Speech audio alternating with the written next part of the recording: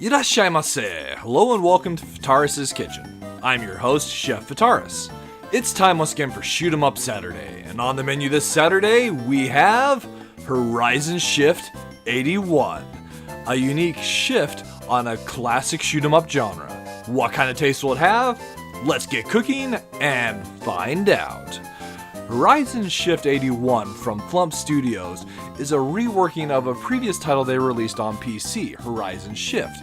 It's currently available on the Nintendo Switch, and well, it's a title I've been having a lot of fun with, so right off the bat, this is one that I can recommend.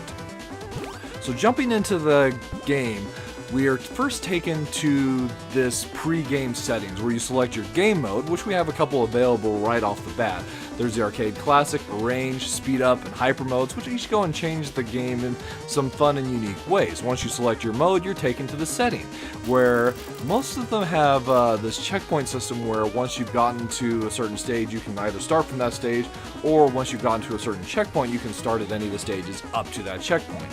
Gamepad style. The one that I've chosen to use is one that kind of is similar to a twin stick shoot 'em up, and I'll go and explain why in just a moment. Difficulty, game speed, tutorial, and then we've also got all these awesome graphics modes. So the original Horizon Shift had more of like wider aspect and a more modern look to it. Horizon Shift 81 kind of embraces that classic early 1980s shoot 'em up feel, and the graphics modes, when you go through them, have that kind of look as well, where you just have the CRT with the scan lines, and it's just a great look if you like that. But for showing off the game, I feel the clean is the best. The game is also possible to go and play in Tate mode, since this is a Switch, so if you happen to go and play off screen, you can go and do it that way, or if you have a flip grip, even better. Starting the game itself, we'll see kind of how this is a unique shift on things. The game itself is a fixed point shooter where you're traveling along a particular plane, kind of like Space Invaders, and you can shoot. But the unique twist here is it's basically a dual fixed shooter where we can flip to the other side of the plane, or the horizon, as it's called. And that element goes and just adds this massive amount of like mind-bendiness that's just fun as well. And there's some interesting and unique challenges and gameplay designs. So these asteroids that are coming at us, if we let them actually hit the horizon, they'll break through it. And if we were to go and move through that point, we ourselves would fall through that as if it were a hole, falling to our ultimate demise. So there's some other elements of movement that we have available to us. We have the ability to dash left and right. There are enemies that will make it down to the horizon, and we can't shoot them at that point, but we can dash into them and knock them off of the horizon, and potentially even into enemies that are further in the direction that they'll be falling. And that kind of comes into play with some of the later gameplay that we could potentially have.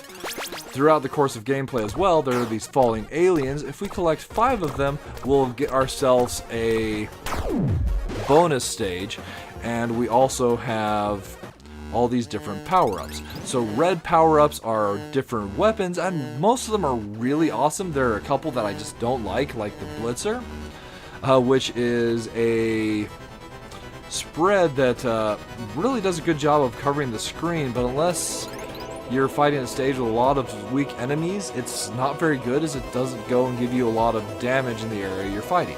Then there are also these blue power-ups, which are upgrades that will last until we happen to lose a life. So the one I just grabbed there was like the satellite. There's also ones like shields. You can go and get turrets. You can get a gun that covers your 6. So like it's called the reverse. Really great upgrades to have.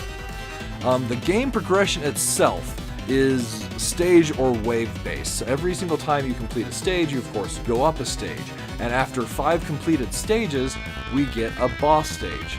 So your 6th stage will be a boss, your 12th, and so on and so forth.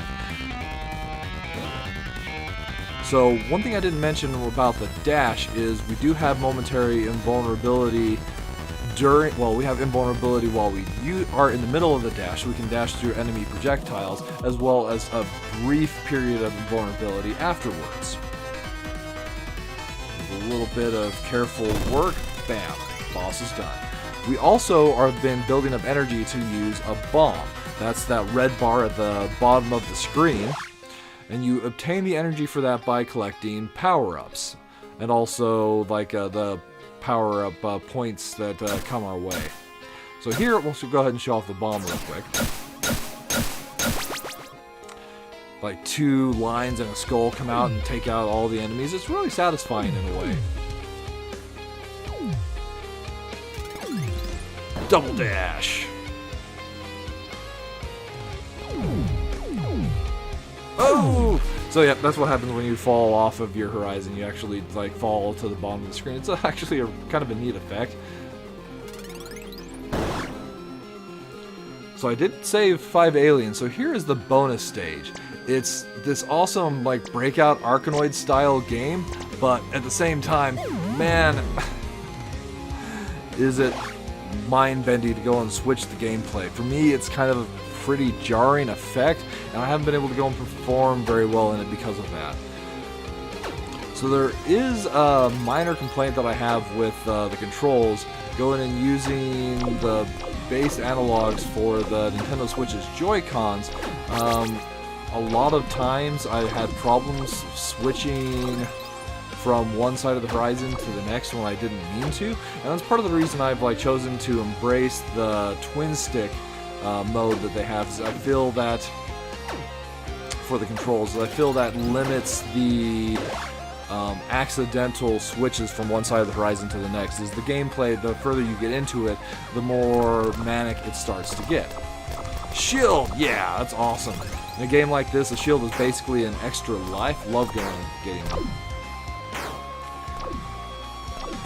And that's one of the fun things about this game, is the further and further we get into it, the more unique enemies and situations we find ourselves in.